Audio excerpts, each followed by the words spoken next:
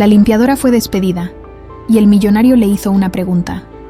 Ella dijo 3 palabras en holandés, y lo dejó de rodillas. El agua jabonosa se deslizaba por el mármol italiano, mientras Juana Reyes pasaba la franela con movimientos precisos y silenciosos. 3 años llevaba limpiando estos pisos que costaban más que todo lo que su madre había ganado en su vida entera. 3 años observando, esperando, planeando. «Oye tú». La voz áspera de Luca van der Berg cortó el aire matutino como un látigo. «Este cristal está manchado. ¿Para qué te pago si no sabes hacer bien tu trabajo?» Juana levantó la mirada apenas un segundo. El hombre de 55 años la observaba desde su altura imponente, vestido con un traje que costaba más que el salario anual de cualquiera de sus empleados. Sus ojos azules, fríos como el hielo de su país natal, no mostraban ni una pizca de humanidad. «Disculpe, señor van der Berg, lo limpio de inmediato. Más te vale. Y la próxima vez que me dirijas la palabra, di Don Luca. Un poco de respeto no te vendría mal». Juana apretó los dientes, pero mantuvo la cabeza gacha. «Si supieras quién soy realmente», pensó mientras volvía a limpiar el cristal ya impecable. «Si supieras que cada vez que me humillas, cada vez que me tratas como basura, solo me das más razones para odiarte». El eco de los zapatos italianos de Luca se perdió por el pasillo de la mansión. Juana esperó hasta estar segura de que se había ido antes de permitirse una sonrisa que no llegaba a sus ojos. 3 años de ser invisible habían valido la pena. Ahora conocía cada rincón de esta casa, cada rutina de este hombre, cada uno de sus secretos sucios. Se dirigió hacia el estudio. El Sancta Sanctorum de Luca van der Berg era la habitación que más odiaba limpiar, no por el trabajo, sino por lo que representaba. Cada libro encuadernado en piel, cada adorno de cristal checo, cada mueble de caoba cubana gritaba la riqueza que él había elegido sobre su familia. «Mija, antes de morirme necesito contarte algo». La voz de su madre resonaba en su mente como si hubiera sido ayer y no hace 5 años. Isabela Montemayor había esperado hasta el último momento, cuando el cáncer ya se la estaba llevando, para revelarle la verdad que había guardado durante 32 años. Tu papá está vivo, Juana. Es un hombre rico, muy rico, pero también es un cobarde». Juana recordaba perfectamente cómo las manos frágiles de su madre habían temblado al entregarle esa carta sellada. «Ábrela solo cuando lo encuentres y decidas qué hacer con todo este dolor que cargo aquí en el pecho». La carta seguía sin abrir, guardada en el cajón de su pequeño cuarto de azotea, pero ya no la necesitaba para saber qué hacer. Los últimos 3 años se habían encargado de enseñarle exactamente quién era Luca van der Berg. Mientras acomodaba los libros del estudio, Juana escuchó el sonido familiar de pasos acercándose. Rápidamente se hizo a un lado, haciéndose invisible otra vez. Luca entró hablando por teléfono en holandés, su lengua materna que creía que nadie más entendía en esta casa. «Ja, de lading komt morgen aan. Thorger borda te papieren schoon zijn». Juana sintió cómo se le erizaba la piel. «Sí, el cargamento llega mañana. Asegúrate de que los papeles estén limpios». No era la primera vez que escuchaba conversaciones así. Durante estos 3 años había aprendido que los negocios de importación de Luca iban mucho más allá de lo legal. Pero necesitaba pruebas, evidencias sólidas que lo hundieran para siempre. Luca colgó el teléfono y se dirigió hacia el bar del estudio. Juana siguió limpiando los estantes, moviéndose como un fantasma. Para él, ella era menos que los muebles. Al menos a esos los había elegido él. «¿Qué haces ahí parada?», le gritó de repente. «Si ya terminaste, lárgate. No me gusta tener gente respirándome en el cuello». «Sí, don Luca, disculpe». Juana salió del estudio con el corazón acelerado, pero no por miedo, por emoción. Había visto cómo Luca guardaba unos documentos en el cajón del escritorio, el mismo cajón que sabía cómo abrir sin dejar rastro. Esa noche, cuando la mansión estaba sumida en silencio, Juana bajó sigilosamente al estudio. Sus años trabajando de noche en diferentes empleos le habían enseñado a moverse sin hacer ruido. La luna llena se filtraba por las ventanas enormes, creando sombras que danzaban entre los muebles caros. El cajón se abrió con un clic suave.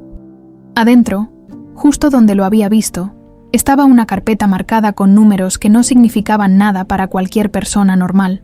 Pero Juana ya no era una persona normal. Era una mujer con una misión.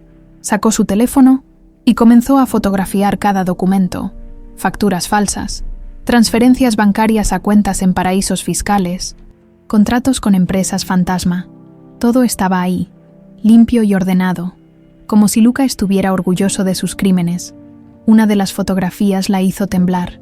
Era una transferencia por $2 millones a una cuenta en las Islas Caimán, con una nota manuscrita en holandés. Board Special Lading with Colombia. Para el cargamento especial de Colombia. Juana cerró los ojos un momento. Su madre había muerto en un hospital público, sin dinero para los medicamentos que podrían haberle dado unos meses más de vida. Y este hombre, su padre, lavaba millones de dólares para narcotraficantes desde la comodidad de su mansión mexicana.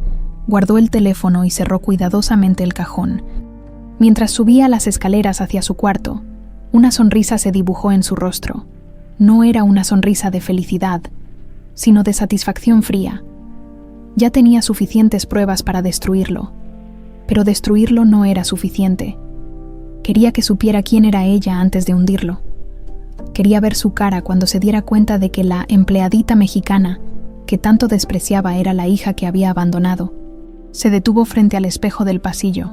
Los ojos que la miraban desde el reflejo eran los mismos ojos marrones de Isabela, pero ahora brillaban con una determinación que su madre nunca había tenido.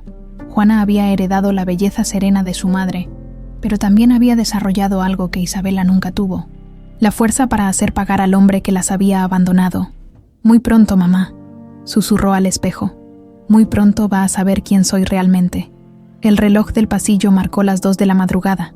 En unas pocas horas comenzaría otro día de ser invisible, otro día de escuchar los desprecios de Luca, otro día más cerca de la venganza que había planeado meticulosamente.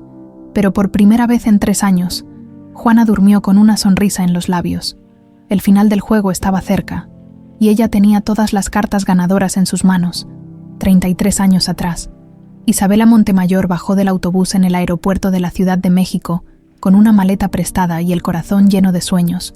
A los 19 años, todo le parecía posible.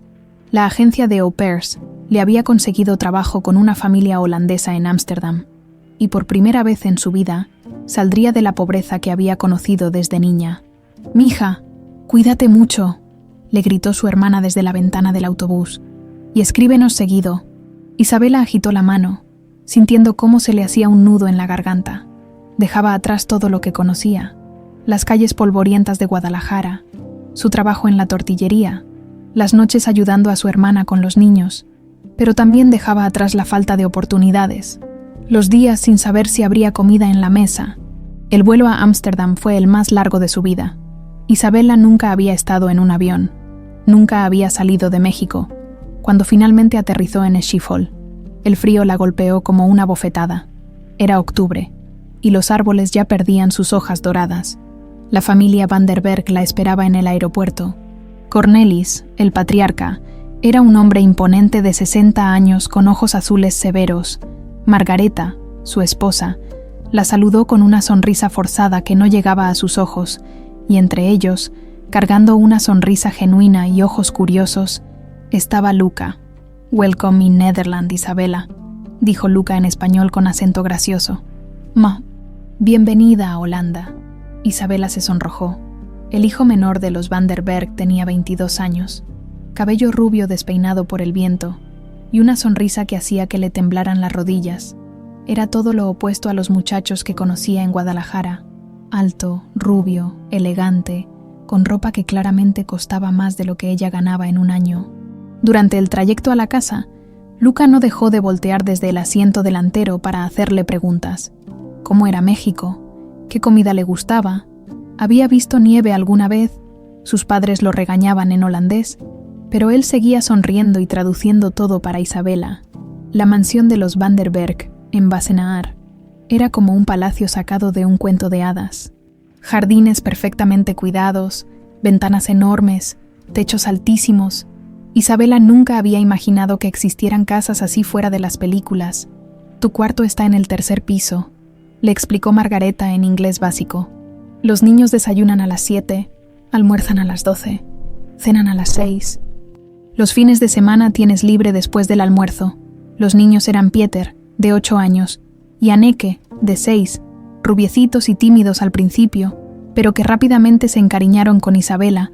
Ella les enseñaba palabras en español mientras les preparaba la comida, y ellos le enseñaban holandés entre risas. Pero quien realmente capturó su atención fue Luca. Estudiaba negocios en la universidad, pero pasaba las tardes en casa, siempre encontrando excusas para estar cerca de ella. Le traía flores del jardín, le enseñaba a pronunciar palabras difíciles en holandés, le contaba historias sobre su infancia. «Mi familia es muy tradicional», le confesó una tarde de noviembre mientras caminaban por el parque cerca de la casa. «Esperan que me case con alguien de nuestra clase social, que tenga hijos rubios y que me haga cargo de los negocios familiares». Isabela sintió una punzada en el pecho. «¿Y tú qué quieres?». Luca se detuvo y la miró directamente a los ojos. «Quiero elegir mi propia vida. Quiero amar a quien yo decida amar». El primer beso llegó una noche de diciembre, cuando Isabela estaba en la cocina preparando chocolate caliente para los niños. Luca entró, la tomó suavemente de la barbilla y la besó con una ternura que la hizo temblar desde los pies hasta la cabeza. «Te amo, Isabela Montemayor», le susurró en español imperfecto pero sincero. «Sé que es una locura, pero te amo». Los siguientes meses fueron los más felices de la vida de Isabela. Luca la llevaba a escondidas a restaurantes elegantes, a museos, a caminar por los canales de Ámsterdam. Le enseñó a patinar sobre hielo. Ella le enseñó a bailar salsa en su cuarto cuando sus padres no estaban. «Vamos a casarnos», le decía Luca mientras la abrazaba en las noches frías. «En cuanto termine la universidad, nos vamos a casar y vamos a vivir donde tú quieras. México, Holanda, donde sea, pero juntos». Isabela le creía. Cuando Luca la miraba con esos ojos azules llenos de amor, cuando le hablaba en español mezclado con holandés, cuando la abrazaba como si fuera lo más valioso del mundo, ella creía que el amor podía conquistar cualquier obstáculo. La realidad llegó una mañana de marzo, cuando Isabela se despertó sintiendo náuseas terribles. Al principio pensó que era gripe, pero cuando los síntomas continuaron durante una semana, supo la verdad que cambiaría su vida para siempre. «Estoy embarazada», le susurró a Luca esa noche, mientras él se colaba en su cuarto como hacía todas las noches. El rostro de Luca se puso pálido como la nieve holandesa. Se sentó en la cama, con las manos temblando. «¿Estás segura? Fui al médico esta tarde. Tengo 7 semanas». Luca se levantó y comenzó a caminar por el cuarto pequeño como un animal enjaulado. «Dios mío, Isabela, mis padres, si se enteran». «Luca, mírame». Isabela se acercó y tomó sus manos. «Dijiste que nos íbamos a casar. Dijiste que querías elegir tu propia vida». «Sí, pero es muy pronto. Todavía no termino la universidad. No tengo trabajo. Mis padres». «¿Tus padres qué, Luca?». Él no respondió, pero Isabela vio la respuesta en sus ojos. El miedo a perder su vida de privilegios, su herencia, su lugar en la sociedad holandesa. La confrontación con los padres de Luca fue devastadora. Margareta gritó en holandés cosas que Isabela no entendía pero que sonaban terribles. Cornelis habló con voz fría y calculadora. «Esta situación se va a resolver rápidamente y en silencio», dijo en inglés para que Isabela entendiera. «Luca, si procedes con esta complicación, quedarás desheredado, sin universidad, sin trabajo en la empresa familiar, sin nada. Papá, por favor, no hay discusión. O resuelves este problema o dejas de ser mi hijo». Esa noche, Luca llegó al cuarto de Isabela con ojos enrojecidos y un sobre en las manos. «Isabela, yo...». Su voz se quebró. «Aquí hay dinero, suficiente para el procedimiento médico y para que vuelvas a México». Isabela sintió como si le hubieran clavado un cuchillo en el pecho. «Me estás pidiendo que mate a nuestro hijo. Es lo mejor para todos. Tú eres joven. Puedes rehacer tu vida. Yo no puedo perder todo lo que tengo». Las lágrimas corrían por las mejillas de Isabela, pero su voz salió firme y clara. «No voy a matar a mi hijo, Luca, y no quiero tu dinero sucio». Tiró el sobre al suelo y los billetes se esparcieron por el cuarto como hojas muertas. «Entonces ya no hay nada más que hablar», dijo Luca. Y Isabela supo que el hombre que había amado acababa de morir frente a sus ojos. Al día siguiente, Isabela empacó su maleta prestada. Los niños lloraron cuando se despidió. Margareta le entregó un cheque que ella rompió frente a sus ojos, y Cornelis ni siquiera salió de su despacho. Luca apareció cuando el taxi ya estaba esperando. «Isabela, por favor, algún día lo entenderás. Algún día sabrás que hice lo correcto. Ella lo miró por última vez, memorizando cada detalle de su rostro. Lo que hiciste, Luca van der Berg, fue elegir ser un cobarde, y esa elección te va a perseguir el resto de tu vida. El avión de regreso a México fue el más largo de su vida. Isabela lloraba en silencio, con las manos sobre su vientre apenas abultado, susurrándole promesas a su bebé. Te voy a amar por los dos, mi niña. Te voy a dar todo lo que tengo, aunque no sea mucho. Y cumplió esa promesa durante los siguientes 32 años, hasta que el cáncer se la llevó, llevándose también el secreto que había guardado celosamente, el secreto de que Juana tenía un padre vivo, que había elegido el dinero sobre el amor. 5 años atrás, Juana Montemayor se quedó parada frente al escritorio del registro civil, con los papeles de cambio de nombre temblando en sus manos. A los 27 años, estaba a punto de borrar oficialmente la última conexión visible con su madre muerta y con el hombre que la había abandonado. ¿Está segura, señorita?, preguntó el empleado detrás del mostrador. El cambio de apellido es permanente. Una vez que firme estos documentos, legalmente será Juana Reyes. Estoy segura, respondió con voz firme, aunque por dentro sentía como si estuviera traicionando la memoria de Isabela. Pero no tenía alternativa. Había pasado 2 años investigando a Luca van der Berg, desde que su madre le reveló la verdad en su lecho de muerte. 2 años rastreando cada movimiento del magnate holandés que había expandido sus negocios a México, y había descubierto algo que la había dejado helada. Luca no solo había venido a México por oportunidades comerciales, había venido huyendo. Los periódicos holandeses de 5 años atrás contaban una historia que le heló la sangre.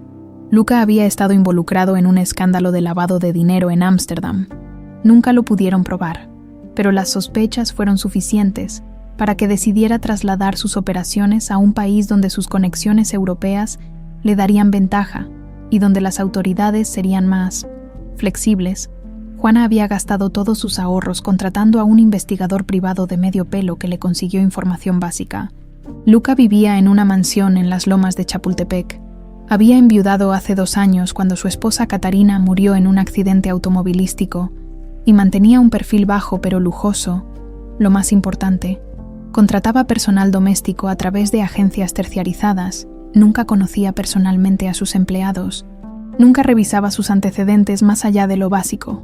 Para él, la servidumbre era invisible, intercambiable, perfecto, había murmurado Juana cuando el investigador le dio esa información.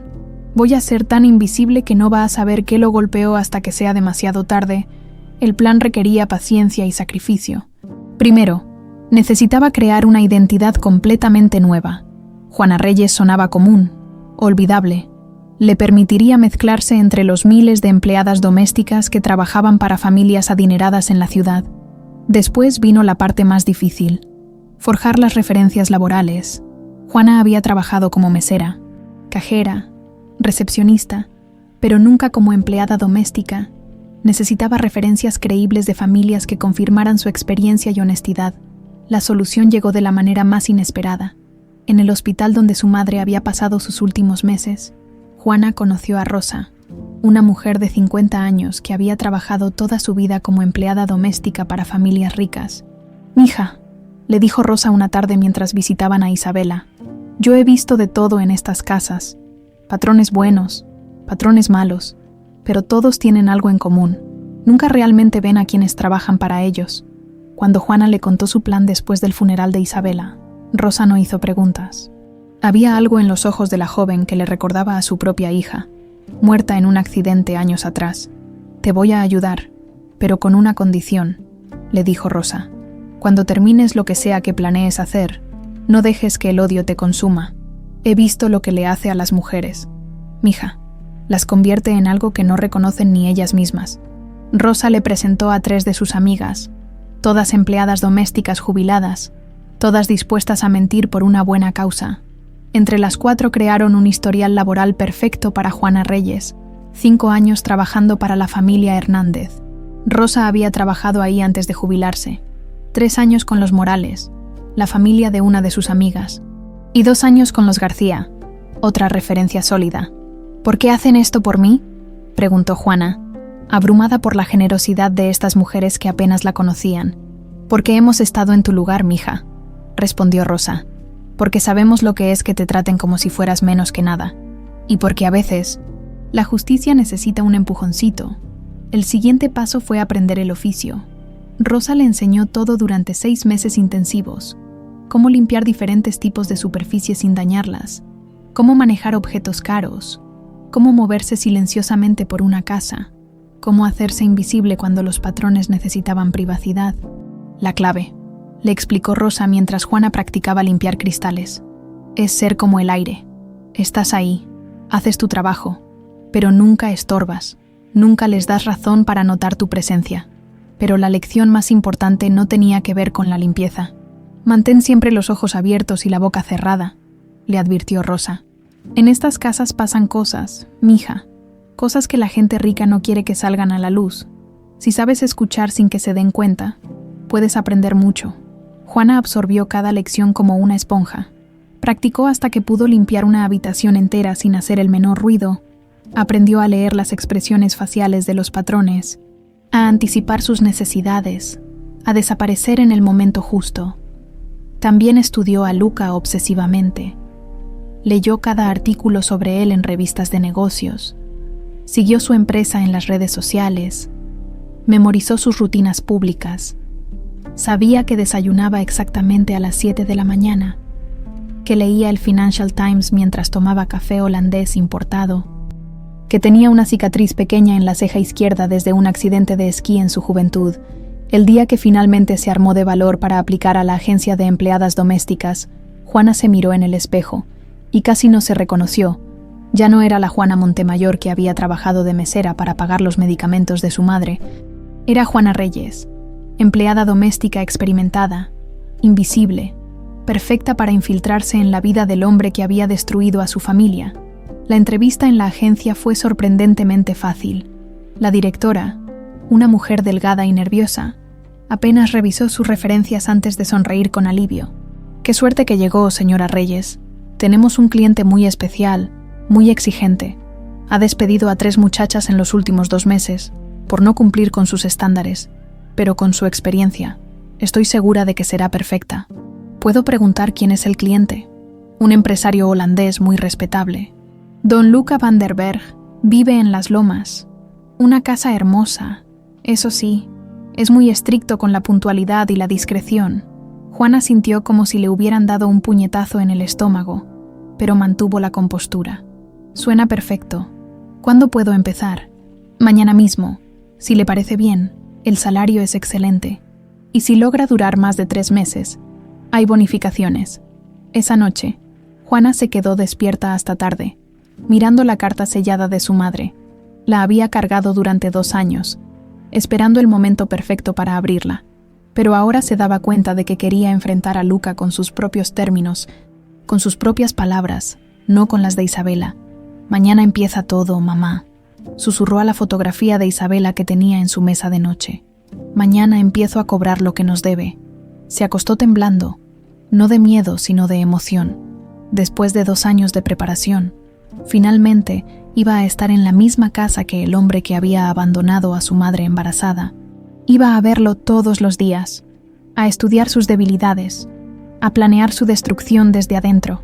Pero había algo que no había anticipado, algo que Rosa había tratado de advertirle, lo difícil que sería mantener el odio puro cuando finalmente viera a Luca cara a cara, porque el hombre que había imaginado durante años, el monstruo de sus pesadillas, resultaría ser mucho más complejo de lo que esperaba, y esa complejidad casi arruinaría sus planes desde el primer día. Juana llevaba 8 meses trabajando en la mansión. Cuando descubrió el primer indicio de los negocios sucios de Luca, fue por casualidad, como suelen ser los descubrimientos que cambian el curso de una venganza. Era un martes por la tarde cuando Luca recibió una llamada que lo puso visiblemente nervioso. Juana estaba limpiando los cristales del comedor cuando lo escuchó hablar en holandés con voz tensa, caminando de un lado a otro del estudio contiguo. «De politie vraagt te veel vragen over de laatste zending», decía mientras se aflojaba la corbata. «We moeten voorzichtiger zijn. La policía está haciendo demasiadas preguntas sobre el último cargamento. Tenemos que ser más cuidadosos». Juana sintió cómo se le aceleraba el pulso. Durante estos meses había perfeccionado el arte de ser invisible, pero también había desarrollado un oído fino para captar conversaciones importantes. El holandés que Isabella le había enseñado en secreto durante su infancia, las lecciones nocturnas a escondidas para mantener viva la conexión con su padre ausente, ahora se convertían en su arma más poderosa. Luca colgó el teléfono y se dirigió directamente hacia la caja fuerte oculta detrás del cuadro de Rembrandt. Juana había descubierto esa caja fuerte el tercer mes de trabajo, pero nunca había podido ver qué guardaba ahí. Hasta ahora, desde su posición estratégica, pudo ver cómo Luca sacaba una carpeta gruesa y varios objetos que brillaban bajo la luz del candelabro. Uno de esos objetos era un collar de diamantes que reconoció inmediatamente. Había pertenecido a Catarina, la difunta esposa de Luca. Lo había visto en fotografías por toda la casa, siempre adornando el cuello elegante de la mujer rubia que había muerto en aquel accidente tan conveniente.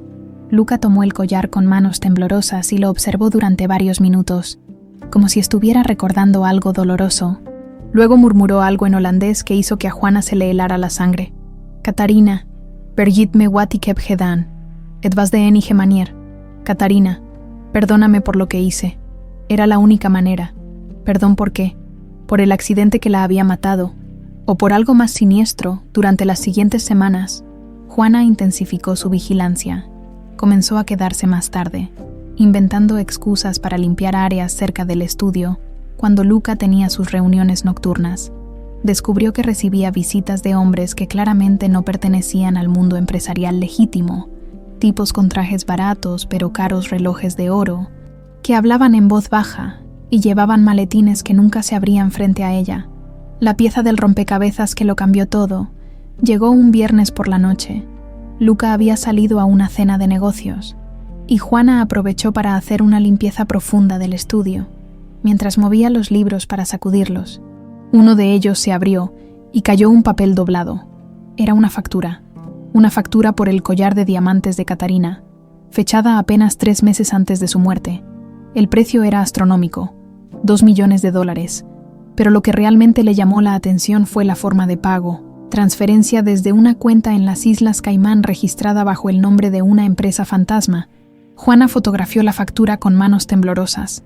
Su teléfono se había convertido en su mejor aliado durante estos meses, capturando evidencias que guardaba celosamente en una memoria USB escondida en su cuarto. Pero la verdadera revelación llegó la siguiente semana, cuando finalmente logró acceso a la computadora del estudio. Luca había salido a almorzar, y en su prisa había dejado la sesión abierta. Juana tenía exactamente 1 hora antes de que regresara. Los archivos en la computadora eran un mapa detallado de corrupción, transferencias millonarias a cuentas offshore, contratos con empresas que existían solo en papel, facturas infladas por equipos industriales que nunca se habían importado, pero lo más perturbador eran los correos electrónicos. Un intercambio particularmente revelador era con alguien identificado solo como el coronel. La mercancía colombiana llegará el próximo martes. Los papeles están limpios. Como siempre, tu comisión será del 15% como acordamos. La respuesta de Luca era escueta. Perfecto. La cuenta está lista para recibir el pago. Juana sintió náuseas al darse cuenta de lo que estaba leyendo. Su padre no solo lavaba dinero, sino que era un eslabón crucial en la cadena de distribución de drogas que devastaba tanto a México como a Estados Unidos. Cada transferencia que procesaba, cada documento que falsificaba, cada cargamento que facilitaba, representaba familias destruidas, jóvenes muertos, comunidades devastadas por la violencia. Siguió fotografiando documentos hasta que escuchó el auto de Luca en la entrada. Cerró todo rápidamente y regresó a sus labores de limpieza. Pero su mente estaba revolucionada. Esa noche, en la soledad de su cuarto, Juana revisó todas las evidencias que había recopilado. Ya no se trataba solo de venganza personal. Se trataba de justicia para todas las víctimas de los crímenes de Luca van der Berg. Pero había un problema. Necesitaba algo más directo, más personal, algo que lo conectara directamente con ella antes de entregarlo a las autoridades. Quería que supiera exactamente quién lo había destruido y por qué. La oportunidad perfecta se presentó cuando descubrió la verdad sobre el collar de Catarina. Fue durante una de sus sesiones nocturnas de espionaje que encontró el expediente médico oculto en la caja fuerte. Catarina no había muerto en un accidente automovilístico como todos creían. Había muerto de una sobredosis de barbitúricos, pero el certificado de defunción había sido alterado para que pareciera un accidente. Los documentos revelaban una historia sórdida. Catarina había descubierto los negocios ilegales de Luca y había amenazado con exponerlo. El collar de diamantes, comprado con dinero sucio, había sido su último regalo antes de que, accidentalmente, tomara una dosis letal de pastillas para dormir. Era la única manera, había murmurado Luca ante el collar. Ahora Juana entendía exactamente a qué se refería. Su padre no era solo un estafador y lavador de dinero, era un asesino que había matado a su propia esposa para proteger sus secretos. Esa revelación cambió completamente la estrategia de venganza de Juana. Ya no se trataba de una confrontación emocional sobre el abandono, se trataba de hacer pagar a un criminal por todos sus crímenes. Decidió que el collar sería el catalizador perfecto. Lo robaría, no por codicia sino como detonante para el enfrentamiento final. Sabía que sería la primera sospechosa, y eso era exactamente lo que quería. Luca explotaría en furia, la acusaría públicamente, la humillaría frente a todos los empleados, y en ese momento de máxima arrogancia y desprecio, cuando creyera que tenía todo el poder, ella le revelaría la verdad que lo destruiría para siempre. Planeó cada detalle meticulosamente. El robo tendría que ser obvio, pero no demasiado fácil. Tenía que verse como si hubiera intentado ocultar su crimen, pero hubiera cometido errores. Luca tenía que sentirse completamente superior y en control para que la caída fuera más devastadora. Una semana después, durante la limpieza matutina del dormitorio principal, Juana abrió la caja fuerte con el código que había memorizado meses atrás. El collar brillaba como si estuviera consciente del papel que jugaría en la destrucción de su dueño. Lo tomó con manos firmes, sin remordimiento, este collar. Comprado con dinero manchado de sangre, sería el instrumento de la justicia que Isabela nunca había podido conseguir. Mientras lo escondía en un lugar seguro fuera de la mansión, Juana sintió una extraña calma. Ya no era la joven llena de odio que había entrado a trabajar aquí. Se había convertido en algo más poderoso. Era la némesis que Luca van der Berg había estado esperando sin saberlo durante 33 años. El juego final estaba a punto de comenzar. Juana despertó antes del amanecer el día que había elegido para ejecutar su plan final. Durante 3 años, había sido la empleada doméstica perfecta, invisible y silenciosa. Hoy sería el último día que Luca van der Berg la vería como una simple mexicana que limpiaba sus pisos de mármol. Se vistió con el mismo uniforme de siempre, blusa blanca, falda azul marino, zapatos cómodos que no hacían ruido al caminar. Pero esta vez, antes de salir de su cuartito, se detuvo frente al pequeño altar que había construido para su madre. La fotografía de Isabela la miraba con esos ojos dulces que recordaba desde la infancia. «Hoy, mamá», susurró mientras encendía una veladora. «Hoy va a saber quién soy realmente». En su bolsa llevaba todo lo que necesitaba. Las copias de los documentos comprometedores, las fotografías de las transferencias bancarias ilegales, la evidencia del asesinato de Catarina y, por supuesto, la carta sellada de Isabela que había cargado durante casi 3 años sin abrir. El collar ya estaba escondido en un lugar seguro fuera de la mansión. Había tardado semanas en encontrar el escondite perfecto, un depósito de autoalmacenamiento donde nadie buscaría. Su plan dependía de que Luca creyera que lo había robado, pero que no pudiera encontrarlo de inmediato. Llegó a la mansión a las 6 de la mañana. Como siempre, los otros empleados la saludaron con la familiaridad de 3 años de convivencia, sin saber que este sería el último día que trabajarían juntos. «Buenos días, Juana», le dijo Carmen, la cocinera. «Don Luca está de muy mal humor esta mañana. Mejor mantente alejada de él». Si Carmen supiera que precisamente buscaba encontrárselo, Juana comenzó sus labores como cualquier otro día. Pero cada movimiento estaba calculado. Limpió el comedor asegurándose de que las cámaras de seguridad la captaran claramente. Pasó más tiempo del necesario cerca del estudio, creando un patrón que sería obvio cuando Luca revisara las grabaciones, a las 10 de la mañana, mientras Luca estaba en una videoconferencia con socios de Ámsterdam. Juana entró al dormitorio principal para hacer la limpieza. Esta vez, sin embargo, sus movimientos fueron deliberadamente torpes. Tiró una copa de cristal que se hizo pedazos en el suelo, haciendo suficiente ruido para que las cámaras registraran su presencia exacta en el momento crucial. Abrió la caja fuerte con el código que se sabía de memoria y fingió sorpresa al descubrir que el collar había desaparecido. Su actuación tenía que ser perfecta, confusión genuina, un poco de pánico, la reacción natural de una empleada que acababa de descubrir un robo. Cerró la caja fuerte y limpió rápidamente los cristales rotos, pero dejó un pequeño fragmento debajo de la cama, justo donde las cámaras podrían captar su descuido. Cada detalle estaba diseñado para crear una narrativa clara. Juana había robado el collar durante la limpieza matutina. El resto del día transcurrió con normalidad aparente, pero Juana podía sentir la tensión creciendo en la casa. Luca había terminado su videoconferencia de mal humor, gritándole a su asistente por teléfono sobre unos documentos que no habían llegado a tiempo. A las 4 de la tarde, Luca subió a su dormitorio. Juana estaba limpiando el pasillo cuando escuchó el grito que había estado esperando. ¿Qué carajo pasó aquí? El sonido de la caja fuerte abriéndose violentamente resonó por toda la casa. Luego vinieron los pasos pesados, las puertas azotándose. La voz de Luca gritando nombres de empleados. «Reúnan a todo el personal en el salón principal. Ahora mismo». Juana se dirigió al salón con el corazón latiendo fuertemente, pero no de miedo, de anticipación. Había esperado este momento durante más de 1000 días. Los empleados se congregaron en el amplio salón.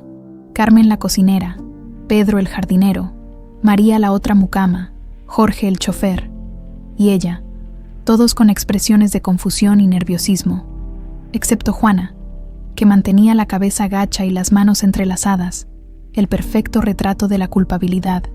Luca entró al salón como una tormenta, con el rostro rojo de furia y los puños cerrados. Sus ojos azules brillaban con una rabia que Juana nunca había visto, ni siquiera en sus peores momentos de desprecio cotidiano. «Alguien en esta casa es un ladrón», declaró con voz helada. «El collar de diamantes de mi difunta esposa ha desaparecido de mi caja fuerte, y no me iré a dormir hasta encontrar al responsable». Sus ojos recorrieron a cada empleado, pero se detuvieron más tiempo en Juana. Ella mantuvo la mirada baja, temblando ligeramente. Su actuación tenía que ser perfecta. «Jorge, tú tienes acceso a toda la casa cuando me llevas y me traes. ¿Entraste a mi dormitorio hoy?» «No, don Luca. Solo lo esperé en el auto cuando salió al banco esta mañana». «¿Carmen?» «Yo nunca subo al segundo piso, don Luca. Usted lo sabe. Solo trabajo en la cocina». «Pedro?» «Estuve todo el día en el jardín trasero». «Don Luca, los vecinos me vieron». «María?» «Limpié la sala y el comedor». «Don Luca, nunca entro a su dormitorio». Finalmente, la mirada de Luca se clavó en Juana. Ella sintió como el aire del salón se espesaba, como todos los empleados volteaban a verla. «¿Y tú, Juana?» Yo limpié su dormitorio esta mañana, don Luca», murmuró con voz temblorosa. «Pero no toqué nada que no debiera tocar».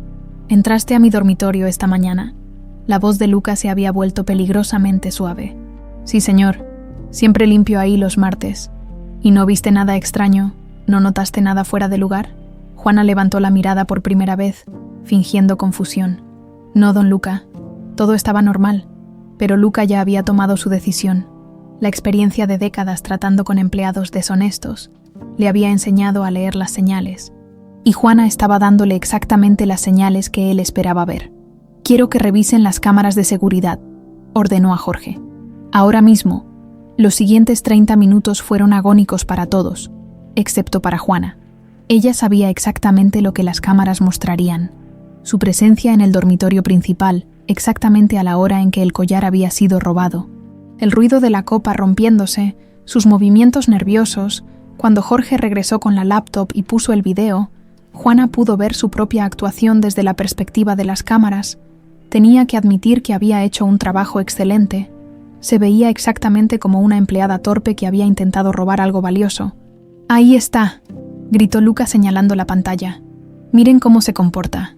Miren cómo se mueve». Todos los empleados voltearon a ver a Juana con expresiones de shock y decepción. Ella había trabajado con ellos durante 3 años. Había sido como familia. «Don Luca, yo no», comenzó a protestar, pero él la interrumpió. «No me mientas», rugió. «Ve cómo tiemblas. Ve cómo no puedes mirarme a los ojos». Juana se permitió llorar. No por miedo, sino por anticipación.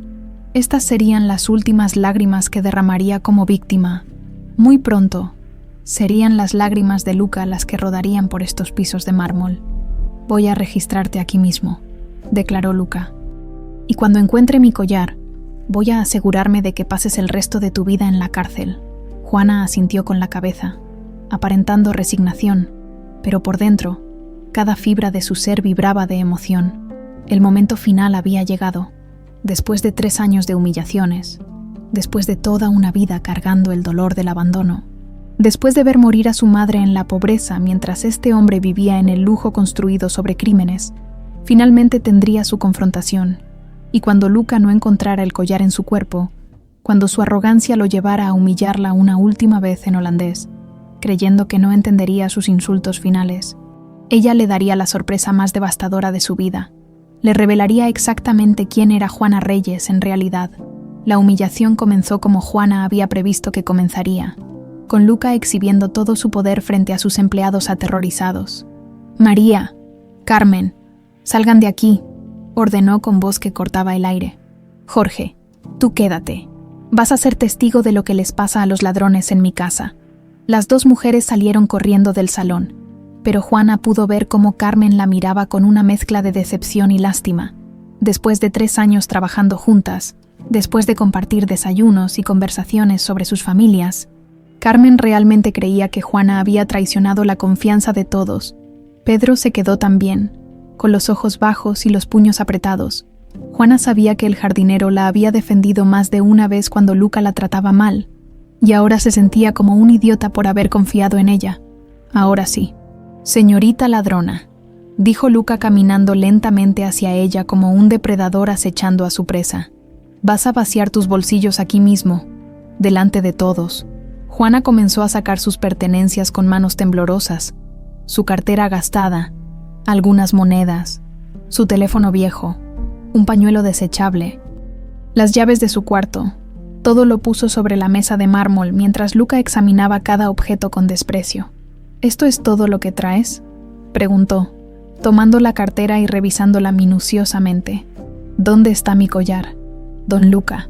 «Yo no tengo su collar», murmuró Juana, dejando que su voz se quebrara ligeramente. «Yo jamás tomaría algo que no es mío». La bofetada llegó tan rápido que ni siquiera la vio venir. El sonido resonó en el salón como un disparo, y Juana sintió cómo le ardía la mejilla. Pedro dio un paso adelante instintivamente, pero Jorge lo detuvo con una mirada de advertencia. «No me mientas», rugió Luca. «Las cámaras te grabaron en mi dormitorio exactamente cuando desapareció el collar. Eres la única que tuvo acceso». Juana se llevó la mano a la mejilla, sintiendo cómo le latía donde la había golpeado, pero por dentro, una parte de ella casi sonreía. Cada humillación, cada grito, cada muestra de desprecio era combustible para lo que venía después. «Si no lo traes encima, entonces lo escondiste en algún lado», continuó Luca, ahora caminando en círculos alrededor de ella. «Pero no te preocupes, vamos a encontrarlo, Jorge. Llama a los de seguridad. Quiero que registren su cuarto de arriba a abajo». «Sí, señor». Mientras Jorge hacía la llamada, Luca siguió con su interrogatorio. «¿Sabes cuánto vale ese collar, estúpida? ¿Tienes idea de lo que acabas de hacer?» «Don Luca, por favor». Juana dejó que las lágrimas corrieran por su rostro. «Yo no hice nada malo. Llevo 3 años trabajando honestamente en su casa. 3 años planeando este robo», la acusó. 3 años ganándote nuestra confianza para poder robarnos. Los guardias de seguridad llegaron en 10 minutos, 2 hombres enormes que Juana había visto patrullando la propiedad, pero con quienes nunca había interactuado. Luca les explicó la situación, mientras ella permanecía de pie en el centro del salón, sintiéndose expuesta bajo las miradas de todos. «Registren a esta mujer completamente», ordenó Luca, «y después vayan a su cuarto. Voltéenlo de arriba a abajo hasta encontrar mi collar». Lo que siguió fue la experiencia más humillante que Juana había vivido jamás, pero también la más necesaria para su plan. Los guardias la cachearon minuciosamente frente a Luca, Jorge y Pedro, revisando cada pliegue de su ropa, cada bolsillo, incluso obligándola a quitarse los zapatos para examinarlos. «No tiene nada encima, señor», reportó uno de los guardias. «Entonces está en su cuarto. Vayan a buscarlo». Los siguientes 30 minutos fueron una agonía para todos los presentes. Pedro no dejaba de ver hacia la puerta, claramente incómodo con toda la situación. Jorge mantenía la vista fija en sus zapatos, y Luca caminaba de un lado a otro como un león enjaulado, murmurando maldiciones en holandés. Cuando los guardias regresaron con expresiones desconcertadas, Juana supo que había llegado el momento más delicado de su plan. ¿Y bien?, preguntó Luca. No encontramos nada, señor. Revisamos todo. El colchón, los cajones, la ropa, hasta debajo de las tablas del piso. El collar no está ahí. Luca se quedó paralizado por un momento, procesando esta información. Luego su rostro se puso rojo de furia. «Entonces lo sacaste de la casa», le gritó a Juana. «¿Lo vendiste o lo diste a un cómplice?»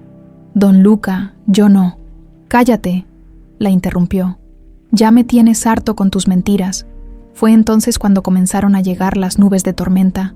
El cielo de la tarde se había oscurecido gradualmente, y ahora los primeros truenos resonaban en la distancia.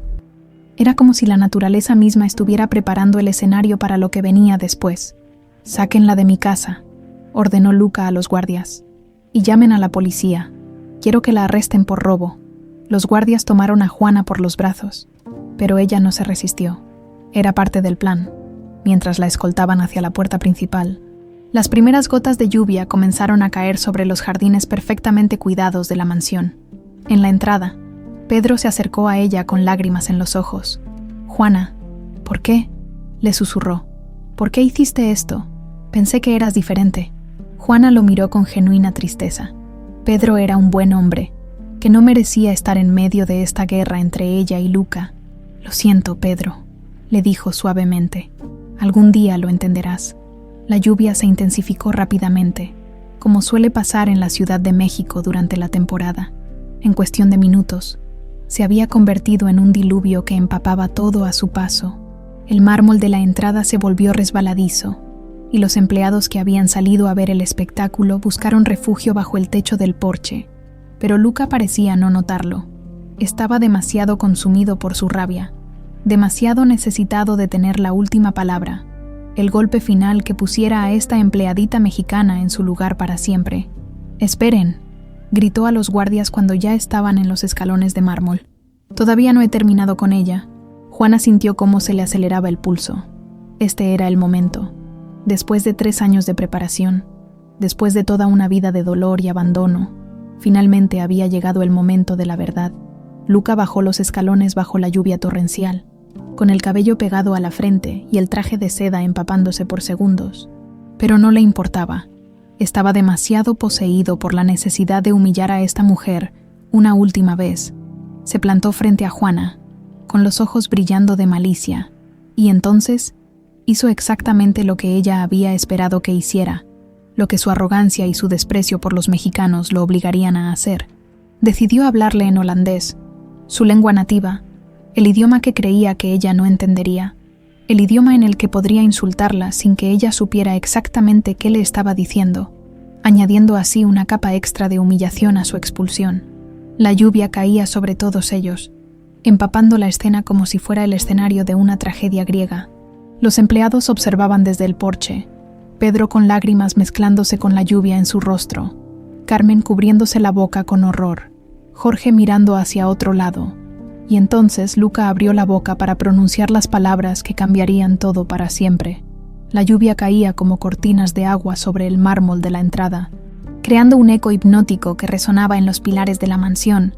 Luca se plantó frente a Juana, con los ojos brillando de malicia y superioridad, completamente empapado pero demasiado consumido por su necesidad de humillar para notarlo.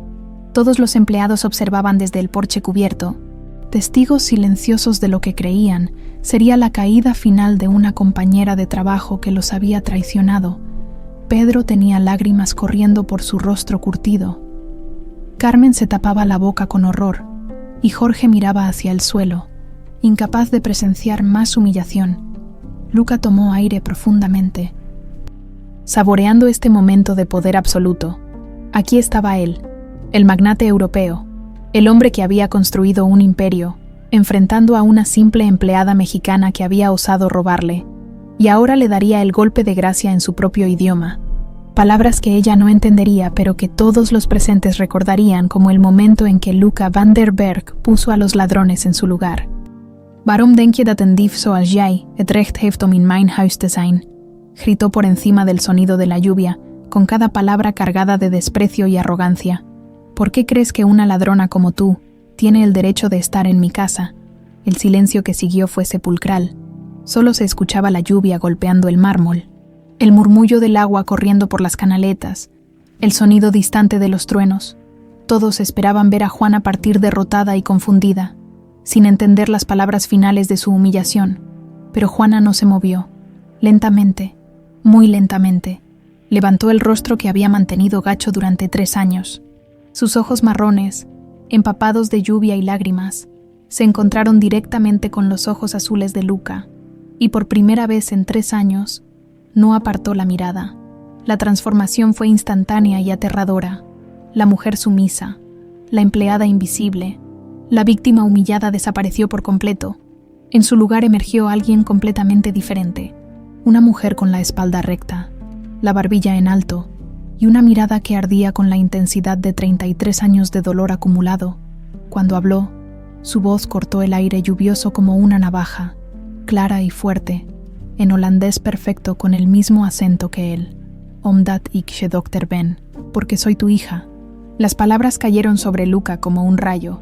Su rostro cambió instantáneamente del rojo de la furia al blanco cadavérico del shock absoluto. Sus piernas comenzaron a temblar violentamente. Sus ojos se abrieron desmesuradamente, y por un momento pareció como si hubiera dejado de respirar por completo. «Isabela», susurró, y el nombre salió de sus labios como un gemido de dolor. Los empleados en el porche no entendían holandés, pero no necesitaban entender las palabras para darse cuenta de que algo monumentalmente importante acababa de suceder. La expresión de Luca había cambiado de triunfo arrogante a horror absoluto, en una fracción de segundo. Juana dio un paso hacia él, y Luca retrocedió instintivamente, como si estuviera viendo un fantasma.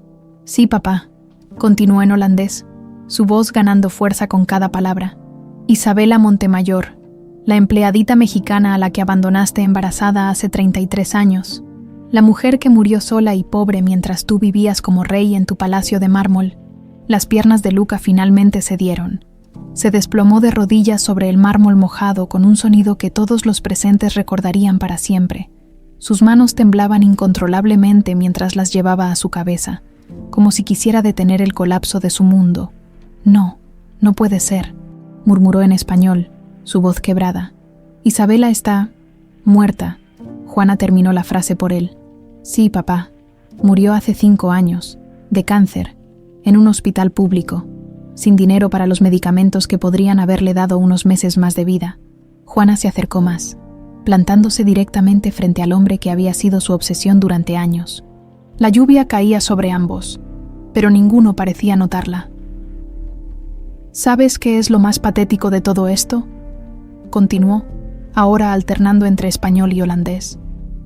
«Que durante 3 años te he estado observando, estudiando, conociendo cada uno de tus secretos sucios, y resulta que el monstruo que imaginé durante toda mi vida no era ni la mitad de horrible que el hombre real». Luca levantó la mirada hacia ella, y Juana pudo ver que sus ojos azules estaban llenos de lágrimas que se mezclaban con la lluvia. «Juana», logró susurrar. «Mi niña». «No», gritó ella. «No tienes derecho a llamarme así. No después de 33 años». Sacó su teléfono del bolsillo, el mismo teléfono que había usado para documentar todos los crímenes de Luca durante estos años. «¿Quieres saber dónde está tu collar, papá? Lo tengo yo, pero no fue eso lo que vine a buscar a tu casa». Comenzó a deslizar las fotografías en su teléfono, mostrándole cada documento comprometedor que había capturado. «Vine a buscar esto: evidencia de lavado de dinero, vínculos con carteles de drogas, transferencias a cuentas fantasma, y evidencia de que mataste a tu esposa cuando descubrió tus negocios sucios». Luca se puso aún más pálido. Si eso era posible. ¿Cómo sé todo esto? Porque durante 3 años fui invisible para ti, mientras me tratabas como basura, mientras me gritabas y me humillabas. Yo estaba reuniendo las pruebas que van a hundirte para siempre. Pedro, Carmen y Jorge seguían observando desde el porche, completamente perdidos, pero fascinados por la transformación de la mujer que creían conocer. «Pero hay algo más», continuó Juana, su voz cargándose de una emoción más profunda. «Algo que mi madre me dejó antes de morir». Sacó de su blusa un sobre amarillento y arrugado por los años, la carta de Isabela, sellada y esperando este momento durante tanto tiempo. «Mamá me dijo que abriera esto solo cuando te encontrara y decidiera qué hacer contigo». Luca intentó ponerse de pie, pero volvió a caer de rodillas. «Juana, por favor, déjame explicarte». «¿Explicarme qué?», le gritó. «Explicarme por qué elegiste el dinero sobre tu propia hija. Explicarme por qué mi madre trabajó hasta matarse mientras tú vivías en el lujo comprando collares con dinero manchado de sangre». En la distancia, se escuchaban las sirenas de la policía. Juana había llamado antes del confronto, tal como había planeado, pero ahora, con la carta de su madre en las manos y viendo a Luca destruido frente a ella, algo comenzó a cambiar en su corazón. «Las sirenas que escuchas son la policía que viene por ti», le dijo. «Les di copias de toda la evidencia esta mañana. Van a arrestarte por lavado de dinero, vínculos con narcotráfico y por el asesinato de Catarina». Luca comenzó a sollozar abiertamente, un sonido desgarrador que se mezclaba con la lluvia. «Pero antes de que te lleven», continuó Juana mirando la carta en sus manos, «voy a leer lo que mi madre me dejó, lo que guardó en secreto durante todos estos años». Con manos temblorosas, comenzó a abrir el sobre que había cargado sin abrir durante casi 3 años, el sobre que contenía las palabras finales de Isabela Montemayor, palabras que estaban a punto de cambiar el curso de esta venganza de maneras que Juana nunca había imaginado. La lluvia seguía cayendo, las sirenas se acercaban, y en el mármol empapado de la mansión más elegante de las Lomas, una hija estaba a punto de escuchar el último mensaje de su madre muerta. Las sirenas se acercaban cada vez más, su sonido mezclándose con el tamborileo constante de la lluvia sobre el mármol. Juana tenía el sobre abierto en sus manos temblorosas, mientras Luca permanecía de rodillas frente a ella, completamente destruido por la revelación que había cambiado todo en cuestión de segundos. Los empleados seguían observando desde el porche, testigos mudos de un drama que no comprendían completamente, pero cuya intensidad emocional los tenía paralizada. Pedro se había quitado el sombrero y lo apretaba contra su pecho. Carmen lloraba en silencio, y Jorge no podía apartar la mirada de la escena que se desarrollaba bajo la tormenta. Juana extrajo la carta del sobre con cuidado reverencial. El papel estaba amarillento por los años, y la letra de Isabela, escrita con bolígrafo azul, se veía delicada pero firme. Era la caligrafía que Juana recordaba de su infancia, cuando su madre le escribía notitas de amor en su lonchera, o le dejaba mensajes de aliento antes de los exámenes escolares. «Esto es lo que mi madre escribió antes de morir», anunció Juana, su voz cortando el aire húmedo. «Las últimas palabras que me dejó sobre ti». Luca levantó la mirada, con el rostro empapado de lluvia y lágrimas. «Juana, por favor, cállate», le gritó. 33 años esperé para este momento. 33 años cargando con el dolor de tu abandono. Ahora vas a escuchar lo que mi madre tenía que decir sobre el hombre que eligió el dinero sobre su propia familia». Con manos que temblaban más de emoción que de frío, Juana comenzó a leer en voz alta. «Mi querida Juana, si estás leyendo esto, es porque encontraste a Luca y decidiste hacer justicia». La voz de Juana se quebró ligeramente al pronunciar el nombre de su madre en voz alta. Durante años había evitado hablar de Isabela con otras personas, guardando sus recuerdos como tesoros privados. «Sé que cargas rabia en el corazón, así como yo la cargué durante años. Sé que lo odias por lo que nos hizo, por cómo nos abandonó cuando más lo necesitábamos». Luca cerró los ojos con fuerza, como si las palabras fueran golpes físicos. «Pero mija, aprendí algo antes de partir de este mundo, algo que necesito compartir contigo. La venganza no cura las heridas del corazón, solo las hace más profundas y más infectadas». Juana se detuvo, sorprendida por las palabras de su madre. No era lo que había esperado leer. Había esperado dolor, tal vez rabia, quizás maldiciones para el hombre que las había abandonado. «Durante años mantuve viva mi rabia contra Luca, y esa rabia me consumió por dentro tanto como el cáncer que me está matando ahora. Pero en estos últimos meses, mientras me preparo para dejarte, He pensado mucho en aquellos 6 meses en Ámsterdam. Las sirenas sonaban más cerca ahora. Juana podía ver las luces rojas y azules reflejándose en las ventanas de las casas vecinas. Lo que vivimos fue real, Juana. El amor que sentimos el uno por el otro fue verdadero. Luca no era un monstruo entonces. Era un muchacho de 22 años aterrorizado por las presiones de su familia. Isabela, susurró Luca, y por primera vez en 33 años, pronunció ese nombre con la misma ternura que había usado cuando eran jóvenes. Juana siguió leyendo, aunque su voz comenzó a temblar más con cada palabra. Sé que es difícil de entender, mi amor, pero necesito que sepas que no guardo rencor en mi corazón por Luca. Fue cobarde, sí. Tomó la decisión equivocada, sí. Pero también era muy joven y estaba bajo una presión terrible. Las primeras patrullas comenzaron a aparecer al final de la calle. Sus luces cortaban la oscuridad de la tarde lluviosa como espadas de colores. No te pido que lo perdones, mija. El perdón es algo que debe nacer del corazón, no de la obligación, pero sí te pido que no dejes que el odio te consuma, como me consumió a mí durante tantos años. Juana tuvo que detenerse porque las lágrimas le nublaban la vista. No podía creer lo que estaba leyendo. Durante años había alimentado su sed de venganza con la certeza de que su madre habría querido que Luca pagara por sus crímenes. Si decides confrontarlo, si decides hacerle pagar por lo que nos hizo, hazlo con justicia, no con odio. Pero recuerda siempre que tú naciste del amor, Juana. Naciste de 6 meses de felicidad verdadera que compartimos 2 jóvenes enamorados. Los autos de policía se detuvieron frente a la mansión. Las puertas se abrieron y varios oficiales comenzaron a salir, protegiéndose de la lluvia con sus impermeables. Y hay algo más que necesitas saber. Algo que nunca te dije porque no quería que cargaras con esta culpa. Yo también fui cobarde. Juana levantó la mirada de la carta, confundida. Su madre, cobarde. Isabela había sido la mujer más valiente que conocía. Cuando regresé a México, tenía la dirección de Luca, el nombre de su empresa, todo lo necesario para contactarlo. Durante años tuve oportunidades de escribirle, de decirle que tenía una hija, de pedirle ayuda cuando las cosas se pusieron muy difíciles. El corazón de Juana comenzó a latir más rápido. Esta era información completamente nueva, pero mi orgullo herido me lo impidió. Pensé, si no me quiso a mí, ¿por qué iba a querer a nuestra hija? Y tal vez me equivoqué.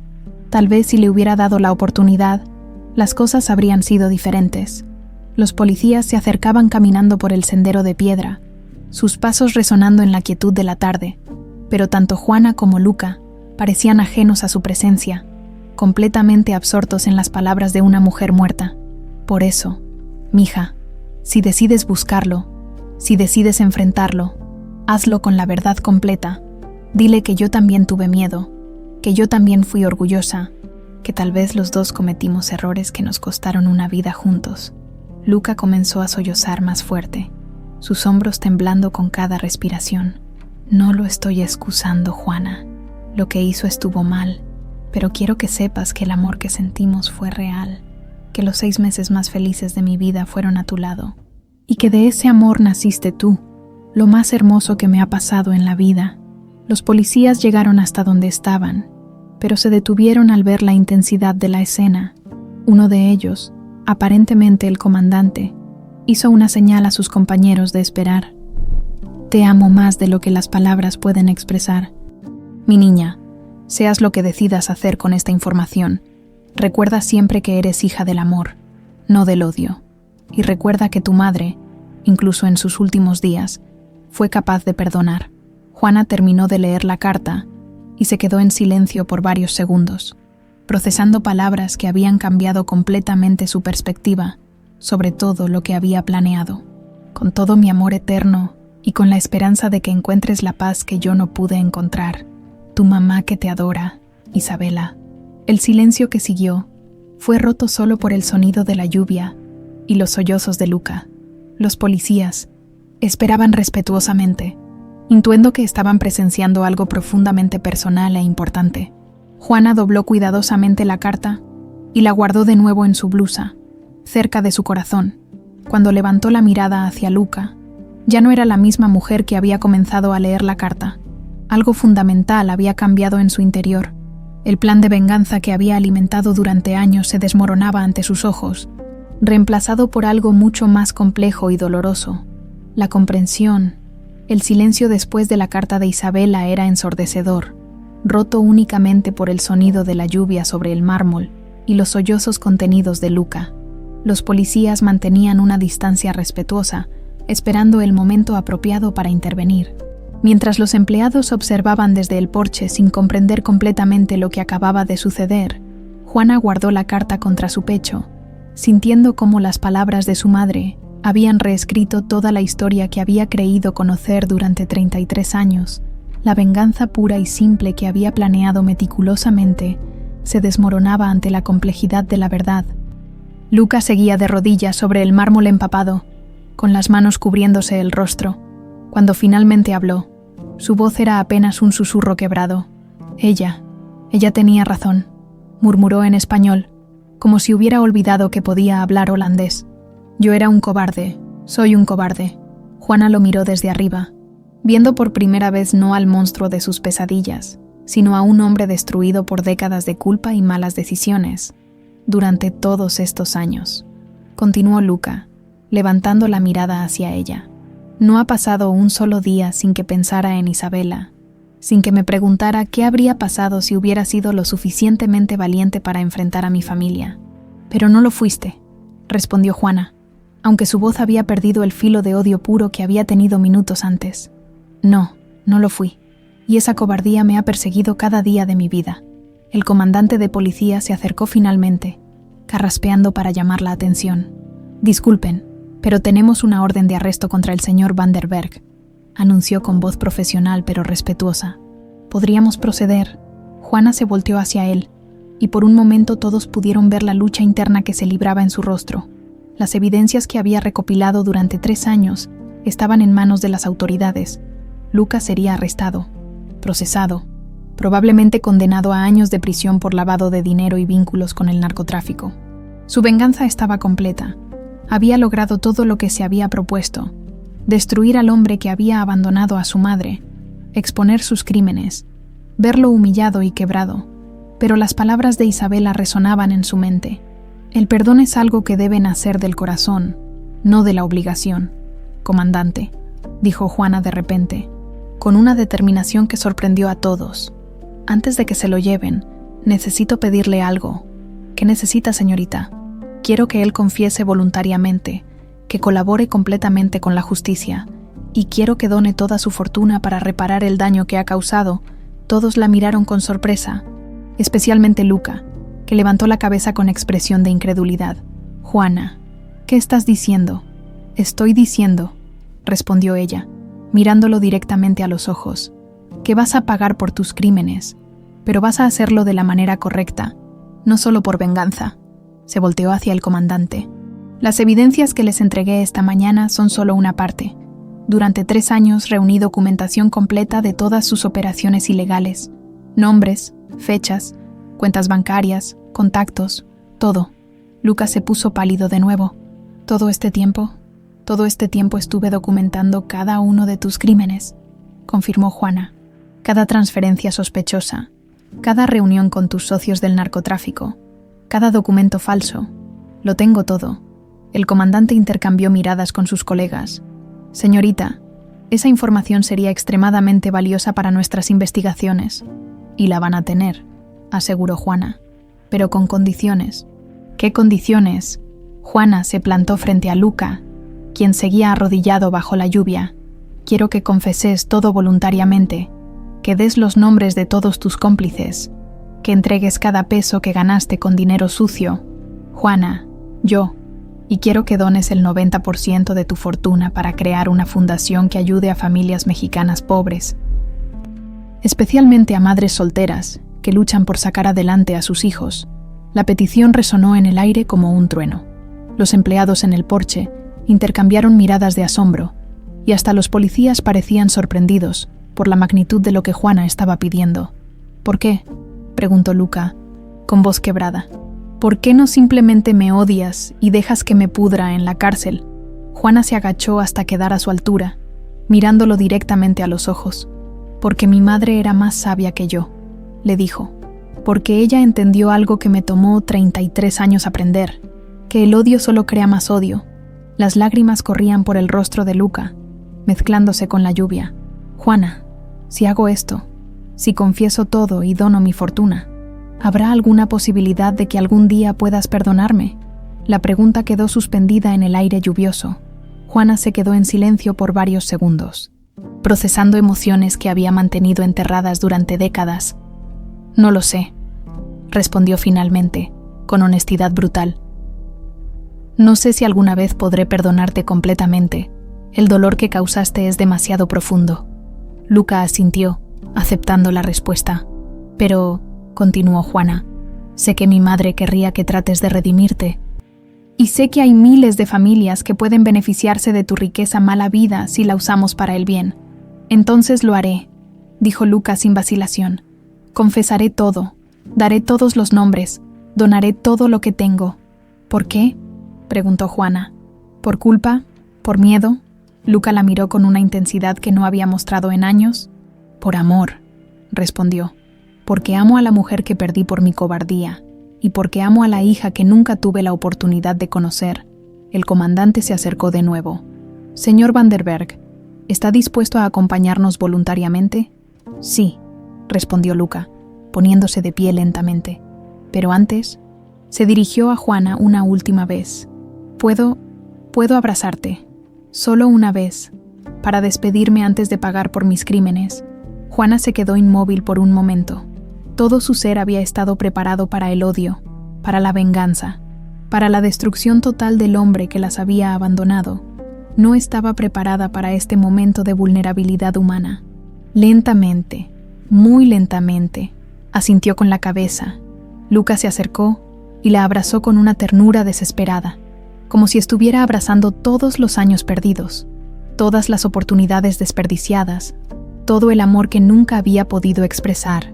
Lo siento, susurró en su oído. Lo siento muchísimo. Mi niña. Juana se permitió el abrazo durante unos segundos, sintiendo por primera vez en su vida los brazos de su padre.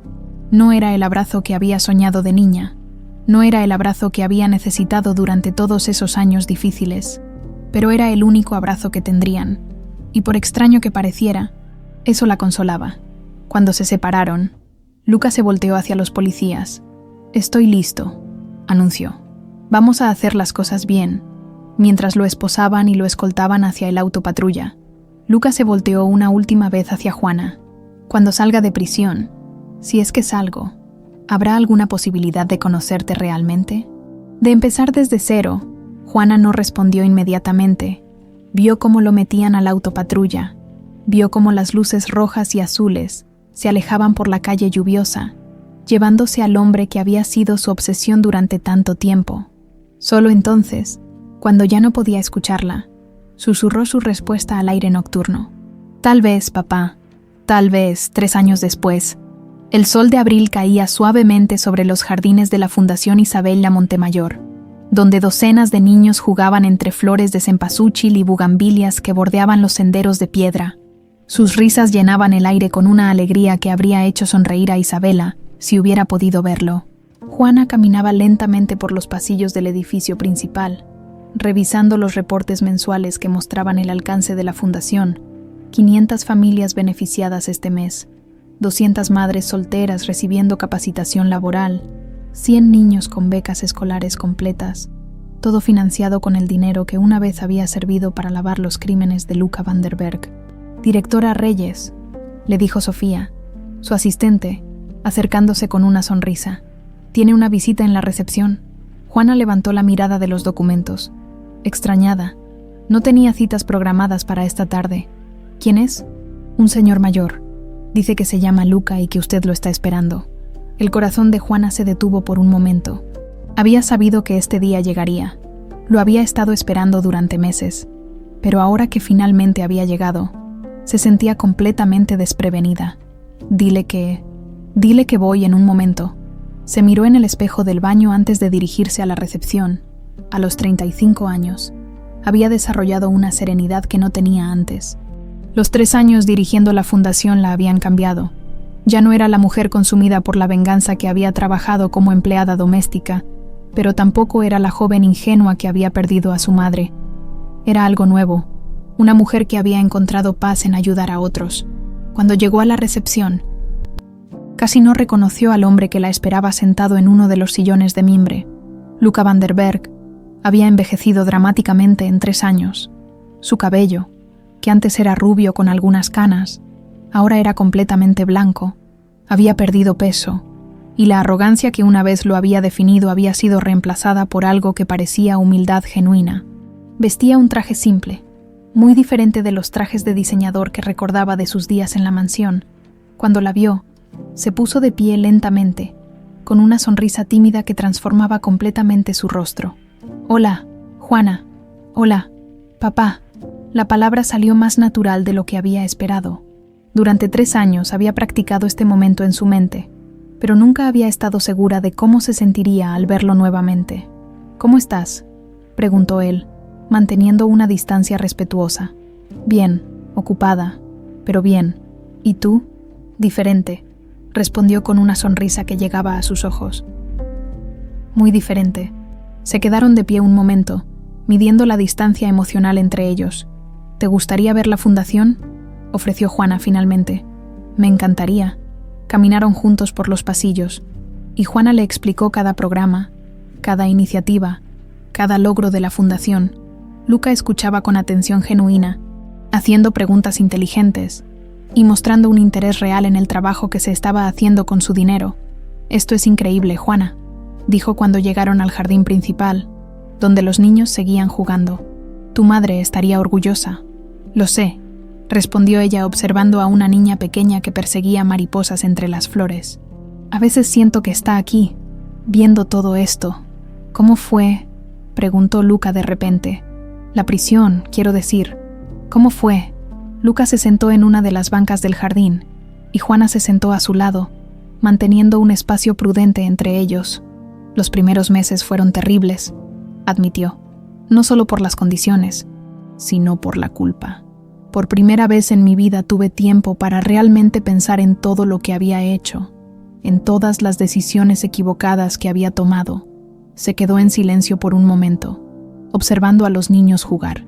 «Pero después empecé a trabajar en la biblioteca de la prisión, ayudando a otros presos a aprender a leer.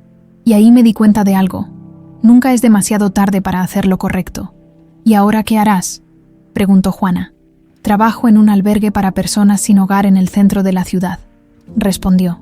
«No pagan mucho, pero me da propósito, y estoy estudiando para ser consejero, para ayudar a jóvenes que están tomando el tipo de decisiones equivocadas que yo tomé». Juana lo miró con sorpresa genuina. Este no era el hombre arrogante y despectivo que recordaba. «¿Por qué?», preguntó. «¿Por qué cambiar tanto?». Luca la miró directamente a los ojos por primera vez en la conversación.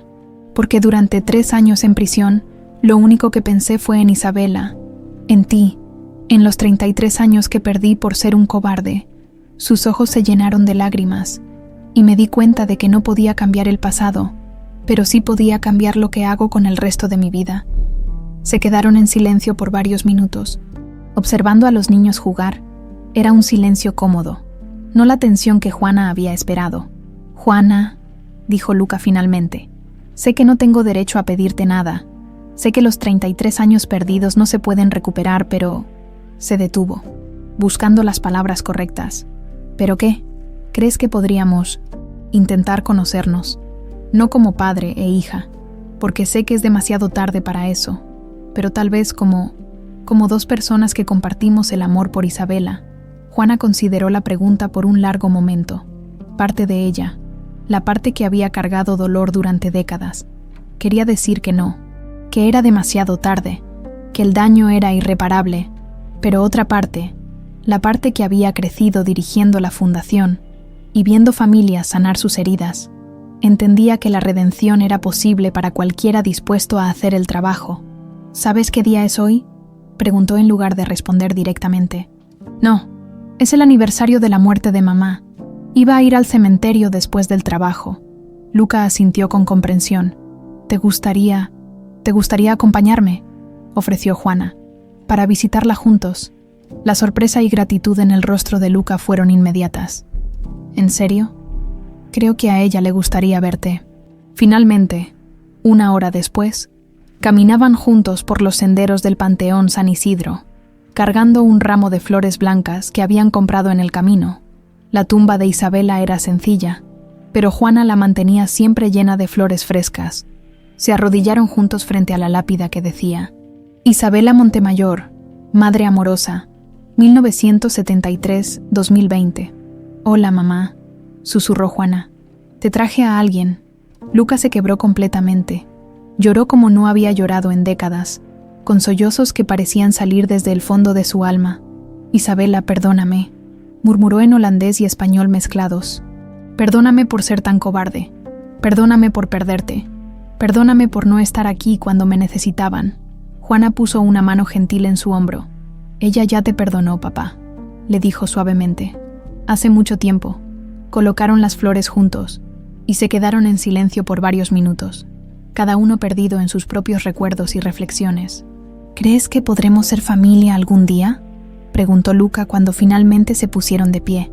Juana lo miró, viendo no al monstruo de sus pesadillas, sino a un hombre quebrado que había encontrado la manera de reconstruirse. No podemos recuperar los años perdidos, respondió. No podemos cambiar el pasado, pero tal vez. Se detuvo, mirando las flores frescas sobre la tumba de su madre. Tal vez podemos construir algo nuevo, algo que honre su memoria. Lucas sonrió por primera vez desde que había salido de prisión, una sonrisa genuina llena de esperanza. Me gustaría eso mucho, mientras caminaban juntos hacia la salida del cementerio. Juana murmuró hacia atrás. Mamá, papá finalmente vino a visitarte. Y creo que vamos a estar bien. El viento sopló gentilmente entre los árboles, como si Isabela estuviera dándoles su bendición para el futuro que estaban a punto de construir juntos.